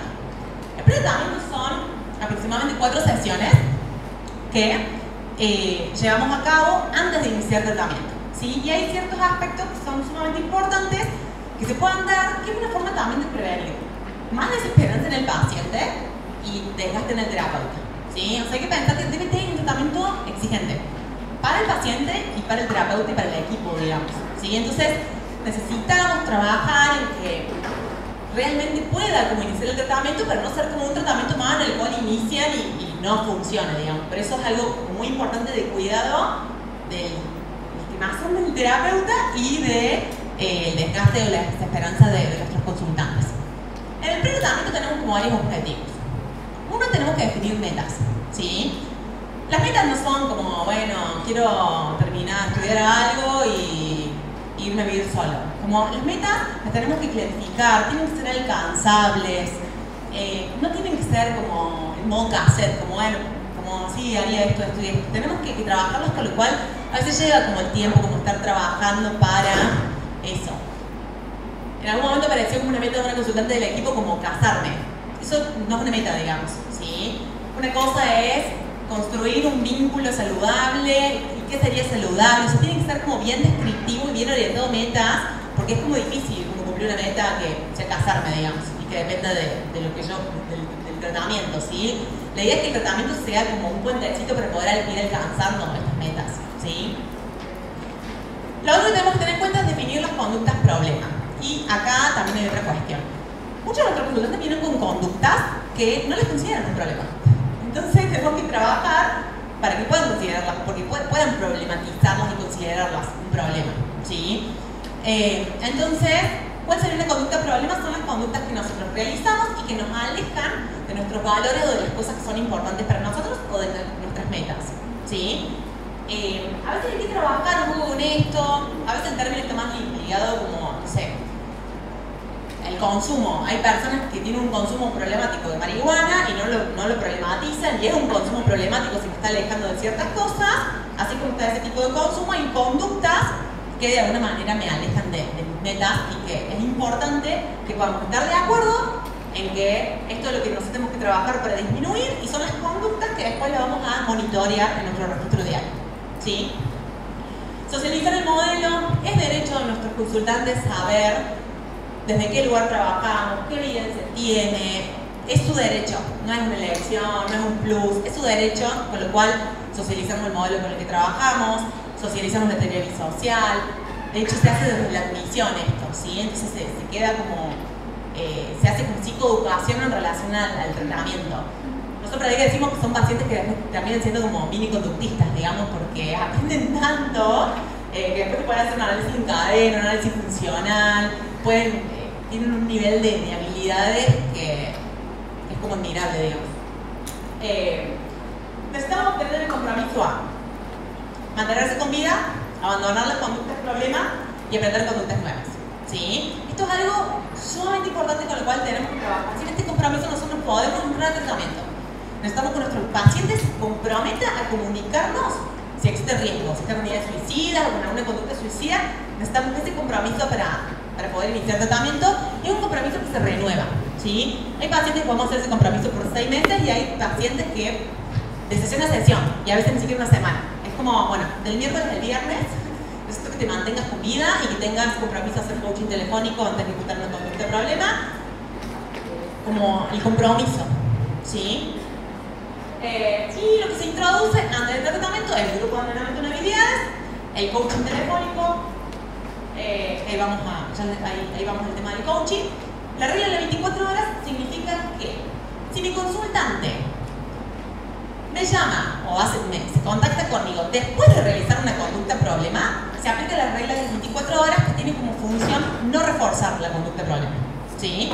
Si tuvo una sobreingesta de pastillas, por supuesto que nos aseguramos de que está bien, nos damos comunicación a los padres, avisamos que vamos a levantar el secreto profesional porque está en riesgo, y avisamos que eso, hay que ejecutar la regla de las 24 horas, con los cuales implica un poco de coherencia en no seguir reforzando una conducta que no queremos. Me llamas antes de ejecutar la conducta problema, contás conmigo, me llamaste después, me dejaste fuera, digamos. O sea, ahora tenemos que ver que esté fuera de riesgo, avisar a un familiar o referente que eso sucedió, y luego de 24 horas nos contactamos y en la sesión se hace un análisis en cadena de esto. Son formas de castigar una conducta problema y empezar a reforzar otras conductas distintas, como por ejemplo, cuando vos me llames antes de ejecutar, yo te voy a prestar atención, te voy a dar bola, te voy a adelantar la sesión. Cuando vos me llames después, son 24 horas sin contacto y podemos usar tiempo de la sesión para trabajar en eso, por lo cual en general no les gusta, digamos. Y a nosotros tampoco, pero bueno, hay que hacerlo. Es muy incómodo la coherencia a veces, con esto de viene queriendo hablar de un montón de cosas, sabes que no lo hizo a propósito, sabes que está mal y uno es como, bueno, no, tenemos que respetar la jerarquía, tenemos que ir con esto, implica como un laburo nuestro de hacer algo distinto, de no dejarnos llevar por el corto plazo de, bueno, como si hablemos de esto, sino como, o sea, muchas veces el planteamiento de este lugar, como, che, para mí es súper difícil, pero a mí me parece que hablemos de otras cosas y al mismo tiempo tenemos que hacerlo como, es nuestro acuerdo que cuando el conducto es problema, tenemos que hacer un análisis en cadena. Si no las comete, vamos a tener tiempo para hablar del resto de las cosas que quieran hablar. Acá pusimos también el registro diario, la conceptualización que vendría a ser como en esto de poder empezar a entender un poco la mente invalidante, la vulnerabilidad biológica, los antecedentes, las conductas problemas. Y lo que vamos a hacer es generar un plan de crisis, que un plan de crisis es algo que se va revisando durante todo el tratamiento. Aquí les puse un ejemplo de plan de crisis, como para que puedan verlo. El plan de crisis tiene que ser por escrito y lo tienen que tener en un lugar visible, ¿sí? Lo que van son los datos, los contactos de emergencia. El contacto de emergencia no tiene que ser de este lugar de, bueno, ¿quién llamaría? Bueno, tal. Como alguien que realmente, cuando yo estoy en crisis, pueda ayudarme, ¿sí? A veces yo digo que vamos entrenando como un coterapeuta, como alguien que nos va como ayudando a nosotros a que pueda tener ciertas habilidades para poder ayudar a esa persona en esa situación de crisis, y a veces entrenamos a nuestros pacientes para que el paciente entrene a su coterapeuta, digamos, ¿sí? Este plan de crisis, la idea es que nosotros con el coaching telefónico nos vayamos corriendo como cada vez más a partir de que el mismo paciente va aplicando como ciertas habilidades, porque si no genera como más dependencia en que estemos nosotros para resolver sus cosas, y la idea es que puede ir como generalizando sus habilidades, ¿sí? Entonces vamos a trabajar para que el paciente pueda reconocer cuáles son como los comportamientos que empiezan a aparecer cuando estoy en crisis, que empiezan a aparecer, que pueda como describir cuáles son las situaciones que los desencadenantes de situaciones de crisis, por ejemplo, antes de rendir, ¿sí? Como en esto de poder decir, bueno, listo, como, no sé, soy abogada, como antes de un juicio puede venir la situación de crisis, antes de rendir puede venir un atracón de comida, ¿no? Como que podamos empezar a conocer un poco los desencadenantes para estar como un poquito más atentos también. Las cosas que te vuelven vulnerable, el factor de vulnerabilidad, lo que hace que sea más probable ejecutar una conducta problema, ¿sí? Hay algunos como más generales y otros como más particulares de cada uno, el sueño, el hambre. Yo tengo una paciente, por ejemplo, que algo le volvió muy vulnerable de que le gustaron los brackets, porque le gustaron los brackets, el dolor, el no poder comer. Entonces teníamos que pensar como, bueno, el día que le iban a gustar los brackets, teníamos que armar todo un plan, porque sabíamos que había mucha probabilidad de una conducta problema y yo tenía que estar más atenta al coaching telefónico, digamos, esos días. Signo de advertencia que no podemos manejar efectivamente el malestar es el momento de quiebre de habilidades, donde sabemos que estamos muy en mente emocional, que podemos mandar una cagada, que tenemos que poder reconocerlo, porque eso es parte del pedido de ayuda también, ¿no? Como tengo quiebre de habilidades, como no puedo como aplicar nada, tengo el impulso de ejecutar una conducta problema. Y las cosas que puedes hacer y habilidades que puedes usar para prevenir una crisis. Esto tiene un poco que ver con el paciente ya va a ir sumándose al grupo y va a ir conociendo cuáles son las cosas que le funcionan. Si hay pacientes que les funcionan muy bien las habilidades de temperatura como una forma de una habilidad de supervivencia en crisis, hay otros que les funcionan más habilidades de distracción, como decir el abecedario de la Z para la A, digamos, ¿sí? Hay distintas situaciones y distintas personas que les funcionan cosas distintas. Tenemos que anticipar, pero eso es algo que se va revisando, y a medida que el paciente va avanzando en el grupo y va viendo más habilidades, tenemos que ir trabajando como un poco con esto, digamos, ¿sí? Por ahí pasa como que tenemos que usar mucho la creatividad, ¿no? Una lista de Spotify que la tengamos a mano para poder escuchar ciertas canciones que me ayudan a bailar, por ejemplo, ¿sí? O esto de no siempre me puedo meter a bañar con agua fría o agarrar unos hielos con esas habilidades de temperatura. Entonces, por ahí, no sé, un caramelo ácido, ¿no? Como poder pensar en qué situaciones aparecen las crisis y poder tener una planificación que sea llevadera, digamos. El plan de crisis hay que hacerlo de manera colaborativa, se entrega por ejemplo firmado, hay un compromiso a ejecutarlo, se anticipa obstáculos y se genera un plan alternativo. Ok, las etapas de tratamiento. Una vez que pasamos pretratamiento, terminamos pretratamiento, firmamos el consentimiento, el paciente ya entró a un grupo, nosotros en Validar tenemos grupos presenciales y grupos virtuales, y muchas veces no solamente es una cuestión de horario a dónde van, sino que vamos anticipando algunas cosas, ¿no? Como el paciente quizá con la virtualidad se distrae mucho, con tratar de encontrar el grupo en la virtual, o por los coordinadores, los estilos de los coordinadores, por ahí, o porque ya sabes cómo está conformado el grupo en este momento, entonces como que no es solamente una cuestión de horario, sino que vamos a tratar de hacerlo como lo más efectivo posible, ¿sí? Paciente se comprometió, hicimos el plan de crisis, generamos, nos pusimos de acuerdo con las conductas problemas, se introduce el registro donde registramos las conductas problemas que fueron apareciendo en la semana, y esa es la etapa del tratamiento. Solo vamos a hacer foco hoy en la etapa 1, que es la etapa donde trabajamos la conducta suicida, ¿sí? En la etapa 1 el objetivo es disminuir las conductas que atentan contra la vida, disminuir las conductas que atentan contra el tratamiento y disminuir las conductas que atentan contra la calidad de vida y aumentar habilidades, ¿sí?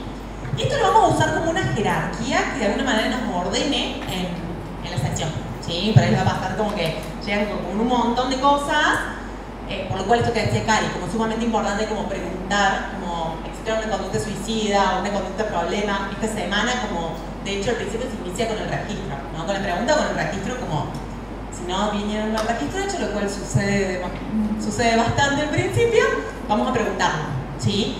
Y mientras existan conductas que atenten contra la vida, no podemos trabajar lo que está abajo. Y mientras existan conductas que atenten contra el tratamiento, no podemos trabajar lo que está abajo. Esto tiene un poco que ver con si el paciente no está vivo, no podemos trabajar. Si el paciente no realiza el tratamiento de la manera que lo tiene que realizar, no vamos a poder ayudarlo. Si no viene a la sesión, no podemos ayudarlo. Por eso está la jerarquía, digamos. Y esto es algo que no se negocia. Tampoco para ponernos rígidos de que vamos a estar toda la sesión, uno después, la misma práctica clínica va permitiendo un montón de flexibilidades. Al principio uno tiene como más de libro, ¿no? Como bueno, esto no se hace, pues mi experiencia te va ayudando a tener flexibilidades en pos de lo que uno considera que puede ser como lo más efectivo, ¿sí? Pero es algo que nos va a ordenar como en la sesión, es algo que el paciente sabe. Eso también, todo lo que es anticipar nos ayuda a que sea como más fácil nuestro trabajo, porque no es, el paciente viene a querer contarte que mañana rinde, que está nerviosa y que nada, usted que decirle, no, mira, no podemos hablar de esto, tenemos que hablar de esto. Es como mucho más difícil, por eso nosotros trabajamos mucho con anticipar, ¿sí? A veces sucede que preguntamos, nos dicen que no, vemos el registro, nos dicen que no, trabajamos lo que traigan o lo que tenga que ver con nuestras metas, y al finalizar la sesión aparece como, sí, me estaba bañando, me miró la vena, y dije, ay, qué linda vena para cortar. Y te quedan 5 minutos, otro paciente está abajo esperándote. Con lo cual es sumamente importante ahí frenar y ejecutar el protocolo, ¿sí? El protocolo quedará como para otro momento, pero lo que voy es que esto es una estructura que el paciente tiene que saber lo que nos sirve para ordenar y que no siempre se respeta, ¿sí? No siempre se respeta desde el lugar de que a veces no lo hacen a propósito, a veces tiene un nivel de activación a veces donde todo sucede tan rápido, suceden tantas cosas juntas que a veces es como no lo registran por una cuestión de conciencia. Por eso después en el grupo de entrenamiento de habilidades vamos a entrenar en habilidades de mindfulness o de conciencia plena para que puedan aumentar la conciencia, ¿sí? Una vez que, de la etapa 1, una vez que el paciente está aproximadamente 3 meses sin conductas problema, vamos a pasar a la etapa 2, donde empezamos a trabajar el estrés postraumático y otras complejidades, digamos, ¿sí? Piensen que las etapas no son, o sea, si bien recuerda que pasamos a la etapa 1, no son cronológicas, podemos estar en la etapa 3 y volver a la etapa 1. Si vemos que el paciente empieza a estar flojo con el compromiso, dejó el grupo, como tenemos que volver al pretratamiento, se avisa y volvemos a pretratamiento o volvemos a etapa 1. ¿Sí? Eso es de acuerdo a lo que vaya emergiendo. Entrenamiento en habilidades. Se hace en general en grupo, son grupos de 8 a 10 personas, son coordinados por 2 terapeutas. Todos nosotros en el equipo estamos en terapia individual y coordinamos 1 o 2 grupos. Donde se entrena en 4 módulos de actividades, de habilidades, digamos. ¿Sí? Lo que pedimos a nuestros pacientes en el compromiso inicial es puedan dar al menos una vuelta. ¿Sí? Son grupos abiertos, con lo cual entra gente todo el tiempo, se puede entrar en cualquier momento. En general se recomienda que entren en el modo mindfulness, pero a veces por necesidad entran en otro momento. ¿Sí? ¿Dónde se da? El módulo de efectividad interpersonal, se vuelve mindfulness, tolerancia al malestar, se vuelve mindfulness, regulación emocional, se vuelve mindfulness. Mindfulness es, o el módulo de conciencia plena, es el que va a estar en el medio de todos los demás y es un poco lo que les decía a los demás. Tenemos que aumentar la conciencia de nuestros consultantes, digamos. ¿Sí? Mientras más conciencia tenga, cuando hablo de conciencia no hablo de consciente y inconsciente del psicoanálisis, estamos hablando de un lugar más conductista, digamos, que tiene que ver con esto, con darse cuenta, con poder observar, describir, participar, ¿sí? Eso hablamos cuando hablamos de mindfulness, ¿sí? Que puedan como estar más presentes con lo que le pasa en el mundo privado y en el mundo externo también, ¿sí? No vamos a hacer como mucho énfasis hoy, es importante que sepan esto. El módulo de efectividad interpersonal, si pensamos que trabajamos con consultantes con la regulación en lo interpersonal, trabajamos con que puedan aprender a hacer pedidos, a decir que no, a conocer gente nueva, a terminar vínculos que son destructivos, ¿sí? A aceptar a las personas tal cual son. En el módulo de regulación emocional trabajamos mucho en psicoeducación sobre las emociones, entender para qué sirven, cuándo están justificadas, cuándo no, cuál es su intensidad, cuando aprender a puntuarlas, aprender a ver qué hago cuando aparecen, si están o no justificadas, ¿sí? Y el módulo de tolerancia al malestar son habilidades de supervivencia en las crisis, ¿sí? Y un módulo de aceptación, de aceptar como el mundo tal cual es, sin intentar cambiar. Ok, coaching telefónico. Es como medio polémico el coaching. El coaching telefónico tiene como objetivo generalizar habilidades, ¿sí? El paciente no es que tiene que realizarlo de manera, con una frecuencia como una vez a la semana, sino que hay ciertas situaciones, son 4, en las cuales tiene que realizar, ¿sí? O puede realizar. Si tiene temor de realizar una conducta problema, ¿sí? Como si está en un mundo de regulación y tiene como impulso a realizar una conducta problema, puede llamarme por teléfono para que apliquemos una habilidad. Si está teniendo dificultades para aplicar habilidad, como está intentando como resolver un problema o aplicar una habilidad y no está pudiendo, puede llamarme. Si quiere reparar la relación con el terapeuta, y me reía cuando decías como en esto de, bueno, nos encontramos un poco en la sesión, sucede mucho. Pensamos que estamos con pacientes con desregulación emocional, muchas veces se enojan, son impulsivos delante nuestro, sucede, digamos. Entonces también esto de que, bueno, el coaching también sirva como para poder contactarse con nosotros desde otro lugar, como, bueno, también no solamente como para noticias malas, entre comillas, sino como antes de una conducta de problemas, sino también para reparar el vínculo y para dar buenas noticias, ¿sí?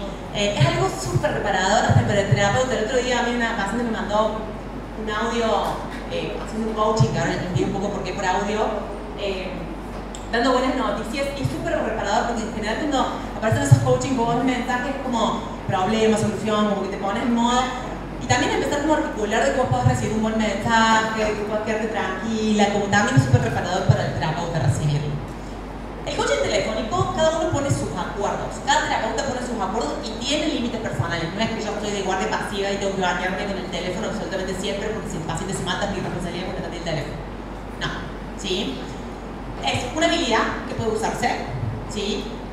Yo en lo personal lo que hago es anticipar mucho, que estoy muchas horas trabajando, que puedo estar sin el teléfono, que sobre todo cuando una paciente está en crisis, ¿no? Como por ahí les pido como, che, esto que, por ejemplo, si me haces coaching y no te atiendo, no hagas nada y llámame todas las veces que tengas que llamarme hasta que yo te atienda. Y por ahí es un poco tenemos un vínculo en el cual, como la última vez yo le decía como, necesito por favor bañarme tranquila. Nos veíamos de aquí a 3 días, como necesito bañarme tranquilo los 3 días, como yo no puedo como entrar a bañarme y pensar que si yo me entro a bañar me tengo que bañar rápido, pues si vos me llamás y no te atiendo. Entonces uno va generando ciertos acuerdos que orientan. Es como no estás coaching, no te atiendo como me llamas, hay un plan de crisis también, saben muchas veces en qué horario vos podés atender y en qué horarios no, ¿sí? Entonces hay algunos horarios donde hay más probabilidades que vos podés estar disponible con el teléfono y otros no, digamos, ¿sí? Entonces para eso también funciona el plan de crisis, porque el plan de crisis es algo que ya tenemos como escrito y estructurado para que puedan, como si el coaching telefónico no está disponible, puedan hacer como algo distinto. Yo con mis pacientes tengo el acuerdo de que si hay riesgo de vida o riesgo de una regulación de ejecutar una conducta problema es por llamada, no por WhatsApp, por llamada. Y si hay que hacer una resolución de problemas, reparar el vínculo o dar buenas noticias, puede ser por WhatsApp, ¿sí? Entonces eso hace que lo lea y le dé importancia, pero no la misma urgencia de que estoy en el consultorio y me suena el teléfono. Entonces a mí me orienta, ¿no? Que estoy en consultorio con otros pacientes y me suena el teléfono y es esta consultante, le pido disculpas a mi paciente y me voy a atender sabiendo que es una situación que necesito intervenir ya, ¿sí? Me ha pasado muchas veces que estoy entrenándolos a los pacientes, no lo hacen efectivamente de entrada. A veces te llaman después, a veces te llaman porque quieren hablar, a veces, entonces eso hace que al principio uno deje de hacer todo y va, y capaz está con otro paciente, interrumpís la sesión para ir y te encontrás con que no es tan efectivo. El coaching no tiene que durar más de 10-15 minutos. No es una sesión, es aplicar habilidades y los pacientes tienen que estar disponibles y dispuestos a aplicar una habilidad. ¿Sí? Como en esto de no estoy pudiendo con esto, bueno, hacemos unas respiraciones, pensamos en una técnica de regulación emocional, hacemos una resolución de problemas, ¿sí? A mí me pasó una vez en un coaching de una paciente que había visto un test de embarazo positivo, digamos, estaba como cortando la parte de la resolución de problemas, que era algo que no podíamos resolver en ese momento, pero sí necesitamos resolver como qué hacía frente a eso, ¿no? Entonces a veces la interacción del coaching es qué iría tu mente sabia, como tratar de incluir como bajar un poco como lo emocional, validar hace que en general bajen, es realmente de urgencia, no, podemos esperar la sesión, a veces hacemos con esta movida de adelantar la sesión para poder charlarlo, pero es que ellos puedan, primero vamos a tratar de detectar esto, que ellos puedan resolver lo que requiere esa situación, y si no pueden, a veces somos un poquito más directivos, ¿no? Como sobre todo si está en riesgo, como haces esto, ¿sí? El equipo de consultoría. El equipo de consultoría, nosotros tenemos un equipo que nos reunimos todos los lunes a las 8 y 10 de la mañana. No es solamente una cuestión como administrativa, o sea, tenemos como apartados, está la parte administrativa y la parte donde nos ponemos de acuerdo en algunas cuestiones, y también lo que tenemos es supervisión en equipo, ¿sí? Llevamos consultas, las consultas se preparan y uno tiene que llevar preparado también como qué necesita del equipo, ¿sí? Necesito orientación, necesito que me ayuden a evaluar, necesito validación, como yo estoy re frustrada en este caso, necesito que me validen, necesito desarrollar empatía, como che, este paciente me está costando como ponerme en su piel y me está costando, estoy como muy desgastada, entonces necesito que me ayuden un poco con eso, ¿sí? Entonces llevamos la consulta que tenemos, llevamos el tiempo que necesitamos y llevamos esto, ¿qué necesitamos nosotros? Eso es algo muy importante. Yo un montón de veces llevo medio en automático la consulta de ¿qué necesito? Orientación, supongo, como orientación. Y después me di cuenta que necesito validación. Hay que hacerlo como con conciencia porque realmente no es lo mismo. O sea, si yo necesito validación y estoy pidiendo resolución de problemas, si mi equipo empieza con resolución de problemas me voy a sentir muy invalidada. Entonces, es súper importante cómo en esa supervisión y en la supervisión que ustedes hagan, piensen qué necesitan ustedes de su supervisor. La función es aumentar la motivación y las capacidades de terapeuta, fortalecer la adherencia al modelo, es como nosotros hacemos DBT con nuestros pacientes y el equipo hace DBT con nosotros.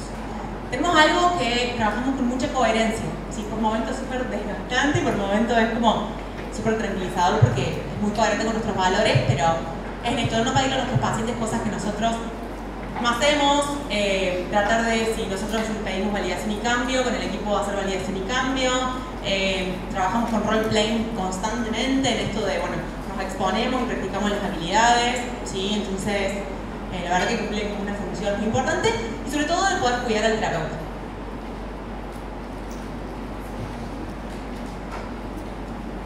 Hay una frase que dice Marcia, que es esta: cuando nos unimos a un equipo, debemos estar de acuerdo en ser responsables por todos los consultantes tratados por el equipo. Esto tiene que ver con los consultantes, no son del terapeuta individual, sino que son pacientes del equipo.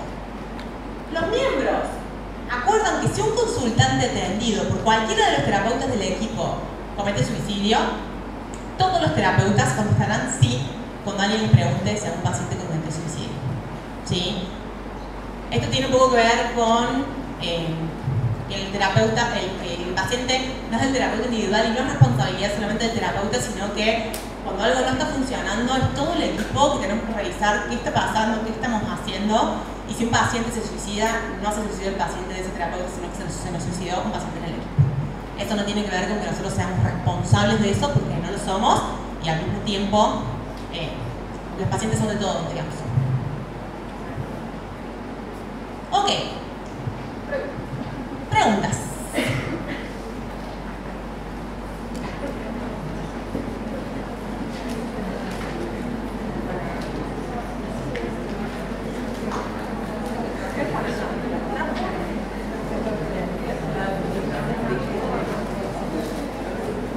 Acá nosotros pensamos en algunas preguntas. Estaría bueno que si fueran surgiendo preguntas a partir de que estemos dando la charla, las puedan hacer. ¿Sí? No hay preguntas tontas. Ahí voy. No hay preguntas tontas, no hay preguntas obvias, me parece que está bueno. Y al mismo tiempo pensamos en algunos disparadores que puedan llegar a servirles. ¿Sí? Así que ahí vamos con el compañero, y si algo de eso va surgiendo, nos pueden preguntar. Ahí voy con vos.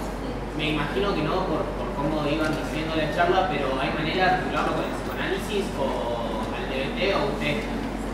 Ya al hablar de conducta entiendo que ustedes no son psicoanalistas, pero... ¿Qué sería? Articularlo, o sea, el DBT articularlo particularmente con el psicoanálisis. ¿Puede trabajar en el psicoanálisis con conductas suicidas o...? No tenemos ideas, no tenemos ningún, o sea, más allá de la formación de claro, grado de acá. Por la formación acá. ¿no? Claro, no tenemos como mucha formación en psicoanálisis, con lo cual eso te lo podría responder a alguien con formación en psicoanálisis. Nosotros trabajamos desde este enfoque y desde este modelo, y si bien hay mucho más en profundidad, parece que no es una pregunta que podamos responderte. Está bien, gracias.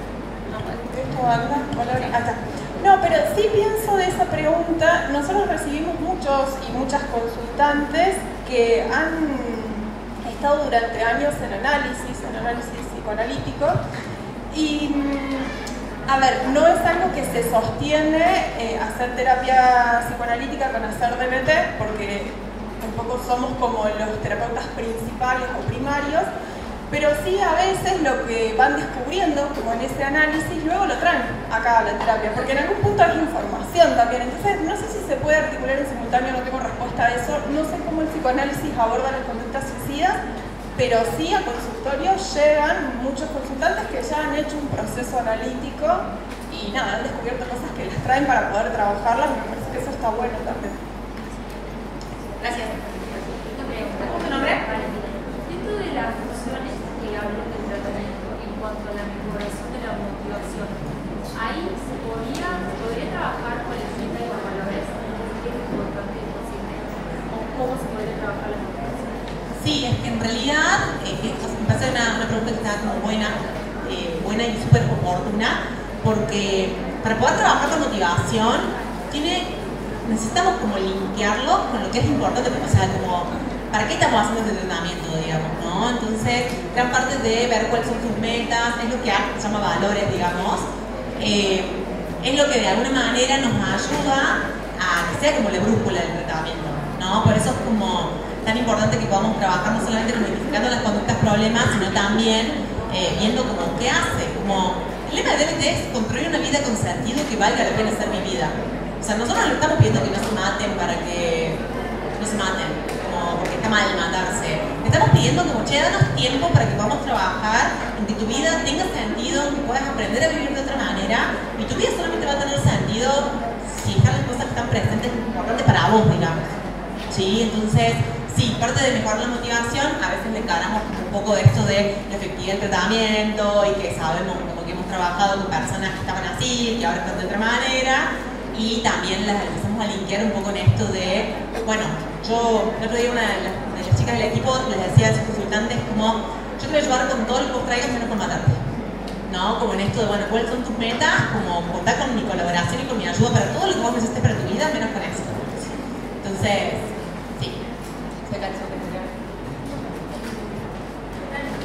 Valentina también.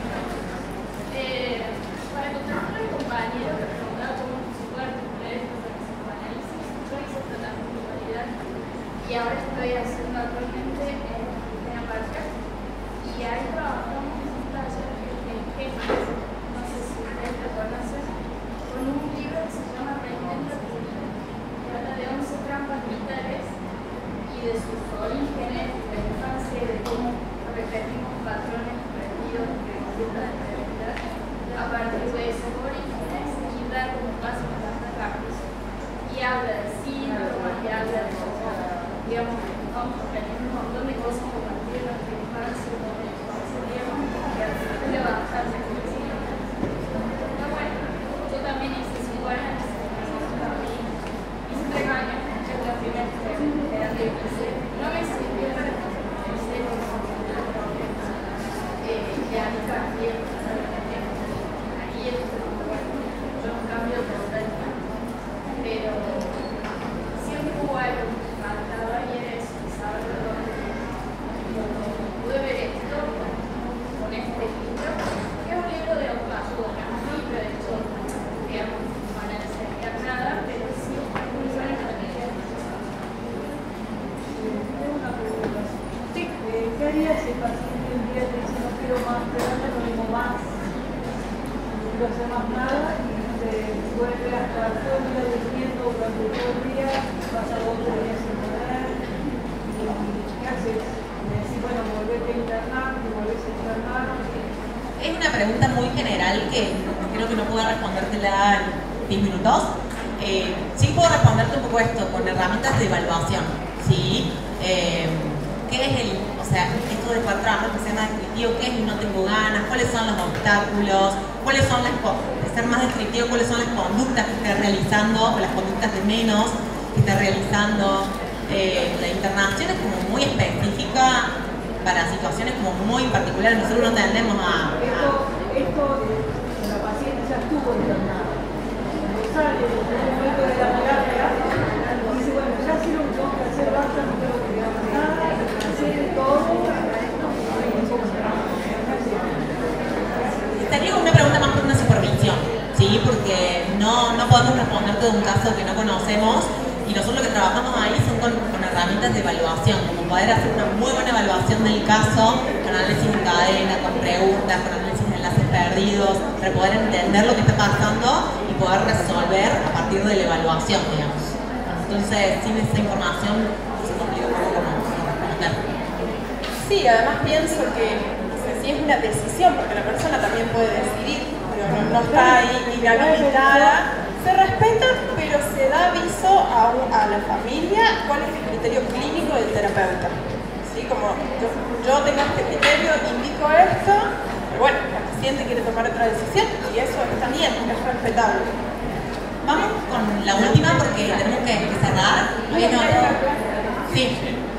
¿Sí?